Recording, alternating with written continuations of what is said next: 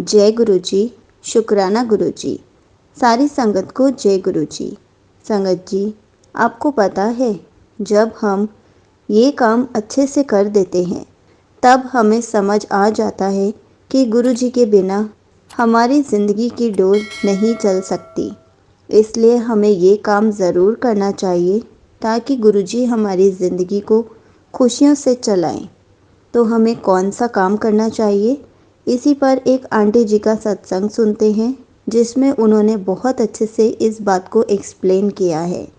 ये सत्संग पूरा ज़रूर सुनिएगा, आपको बहुत अच्छा आंसर मिलेगा। तो चलिए आंटी जी का सत्संग सुनते हैं। जय गुरु जी, शुक्राना गुरु जी की सारी प्यारी संगत को जय गुरु जी।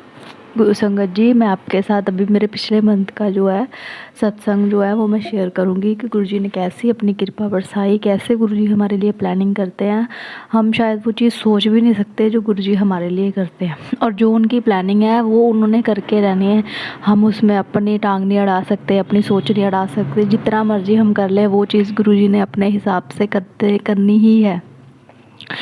ये बात मार्च के लास्ट वीक की है। तो मेरे हस्बैंड ने ना प्लानिंग की थी।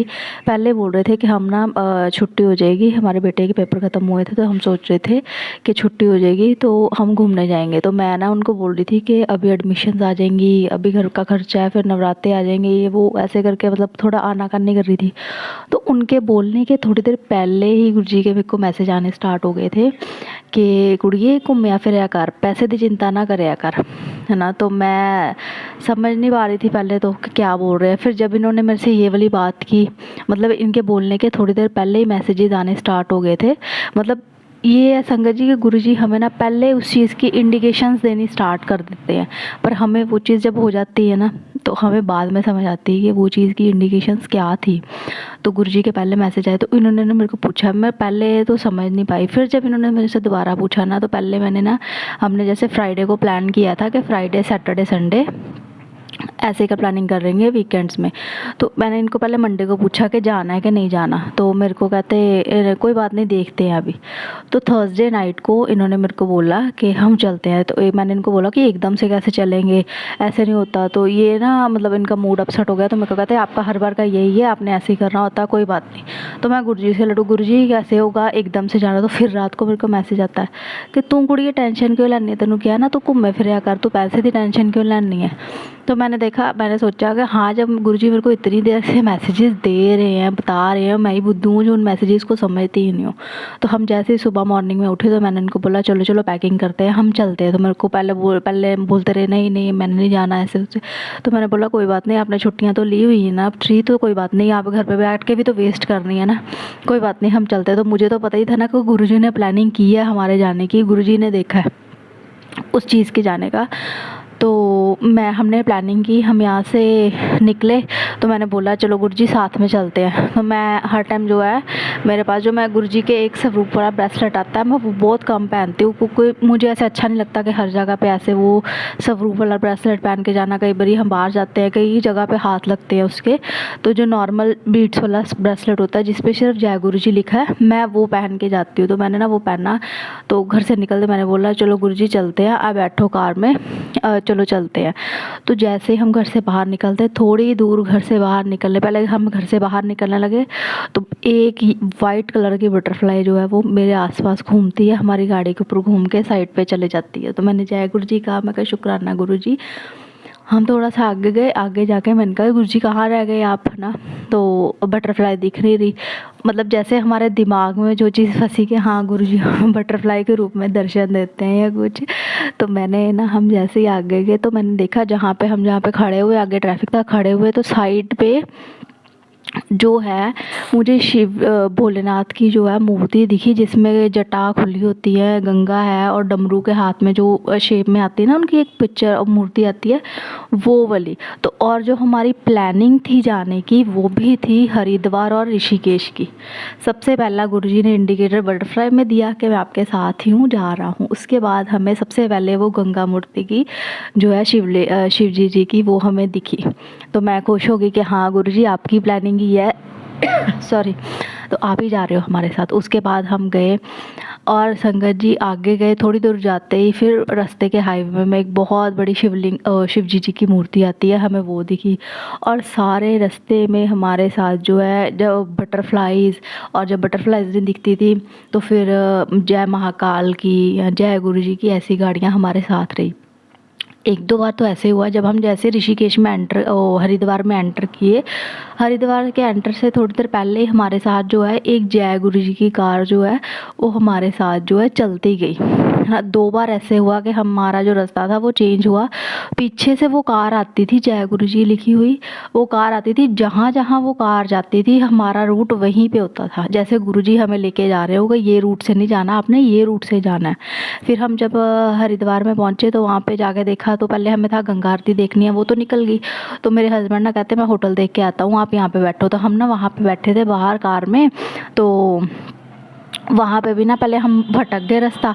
तो एक वाइट बटरफ्लाई आई और कार आई जय गुरु जी वाली, तो वो जहाँ पे टर्न कर रही थी ट्रैफिक में, हम सेम वहीं पे गए और बाहर ना कार इन्होंने साइड पे लगा दी। और दूसरे जो बाहर खड़े होते हैं ना लोग वगैरह जो होटल्स वगैरह दिखाते हैं, या उनके साथ ना ये चले गए।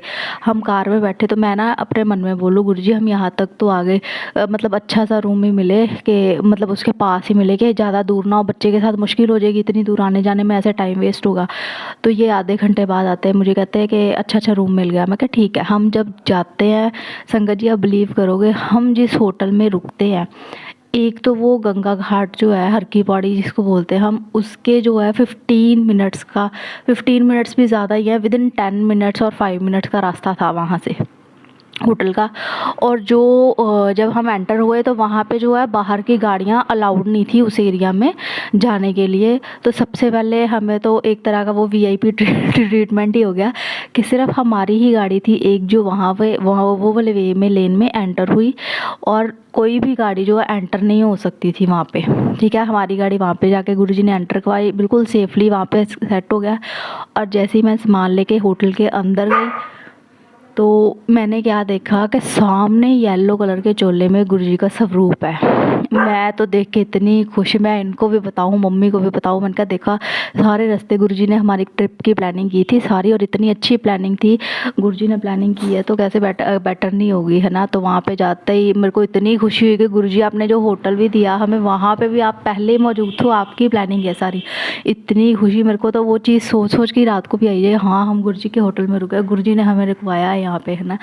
तो वहाँ से जाके फिर हमने सारा किया। वहाँ पे भी मेरे को 2-3 बटरफ्लाईज़ मिली वहाँ पे जाते ही, है ना।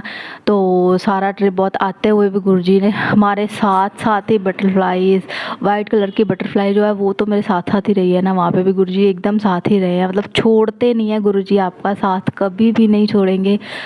आपको बस उनके ट्रस्ट करना है, अपनी जो दिमाग है वो साइड पे ही रखना है। मैं ये चीज़ तो मैंने भी देख ली है, मतलब मैंने भी इस सत्संग से सीखी है कि अपना दिमाग नहीं चलाना चाहिए, जब गुरुजी कोई प्लानिंग करते हैं अपना दिमाग को साइड पे रखना चाहिए।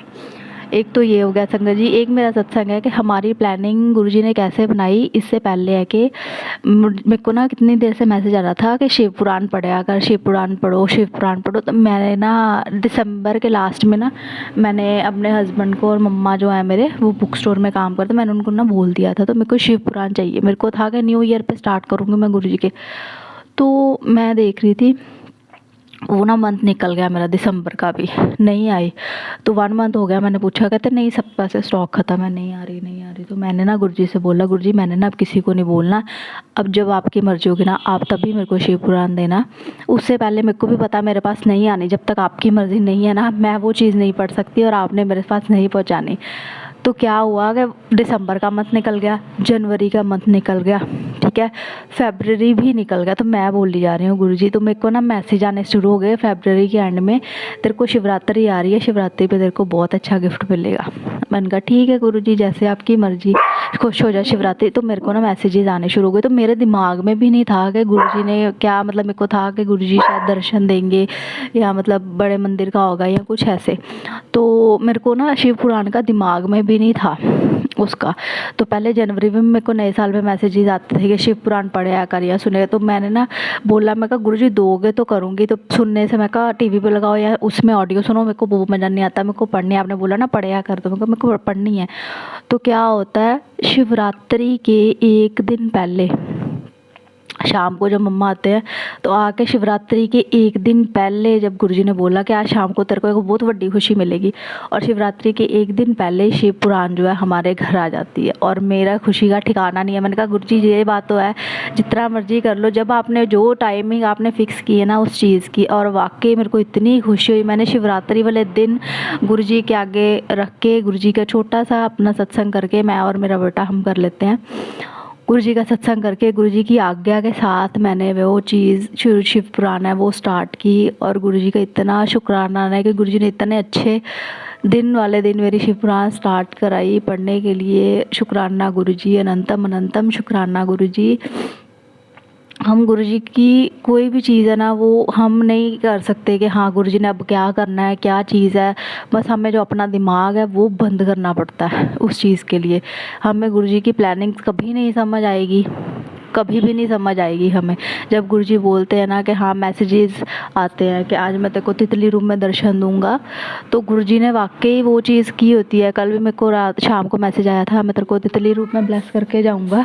तो फिर गुरुजी ने क्या किया था, पहले मेरे को ऑरेंज कलर की बटरफ्लाई दिखी, ऊपर ब्लैक कलर की थी, और मेरी मम्मा का फ़ोन आया कि डुगरी गए थे, उनको ना एक स्वरूप मिला, पॉकेट स्वरूप, बहुत ही अलग कलर का चोला पहना उन्होंने, कॉफ़ी कलर का या कुछ ऐसे कलर का।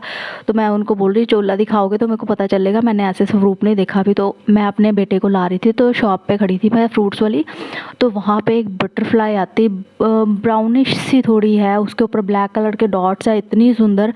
पहले सारे मेरे आसपास उसने चक्कर लगाए, गुरुजी, मैंने जय गुरुजी बोला, जय गुरुजी बोला, इतनी मेरे बेटे के आसपास चक्कर लगाए और आके सामने हमारे बैठ गए। है ना, मैंने इतनी खुशी, फिर जो 2 मिनट बाद मेरे को नहीं दिखी, मैं फिर से गुरुजी आप कहाँ पे चले गए हो, आ जाओ आप। फिर से उन्होंने इतनी ब्लेसिंग्स दी, गुरुजी ने इतनी ब्लेसिंग्स दी। बस आपको ट्रस्ट करने की ज़रूरत है और अपना दिमाग बंद करने की ज़रूरत है। जब गुरुजी बैठे हैं तो हमें किसी चीज़ की टेंशन लेने की ज़रूरत नहीं है। सब चीज़ जो है गुरुजी ने ही करनी है, उनकी प्लानिंग के बिना कोई भी चीज़ पॉसिबल नहीं है। और जो उनकी प्लानिंग पे जिस टाइम पे हमें जो चीज़ मिलनी है ना, उसी टाइम पे ही मिलेगी, उससे पहले नहीं मिलेगी, उसके बाद नहीं मिलेगी। तो प्लीज़ अपना जो दिमाग है, मैं खुद को भी बोलती हूँ कि अपना जो दिमाग है वो बंद रखो। जब गुरुजी बैठे हैं तो आपको किसी चीज़ की टेंशन लेने की ज़रूरत नहीं है। गुरुजी ने अपने आप वो चीज़ कर लेनी है। आप जो अपनी ज़िंदगी की गाड़ी है ना, उनके हाथ में दे दो बस, कि आपको चलानी है, आप इसको कैसे चलानी है, डूबनी है, तारनी है, आपके ऊपर है, आपने क्या करना है उसको। तो संगत जी, थैंक यू। गुरुजी के मंत्र जाप से मैं इस सत्संग को समाप्त करती हूँ। ओम नमः शिवाय, शिवजी सदा सहाय। ओम नमः शिवाय, गुरुजी सदा सहाय। जय गुरुजी, शुक्राना गुरुजी, अनंतम अनंतम शुक्राना गुरुजी। जय Guruji. Thank you so much aunty ji. आपने अपना सत्संग पूरे गुरु परिवार के साथ शेयर किया। आपने बहुत अच्छे से बताया कि जब भी हम अपनी लाइफ को, हमारी ज़िंदगी की डोर को गुरुजी के हवाले कर देंगे तो गुरुजी उसको खुशियों से भर देंगे।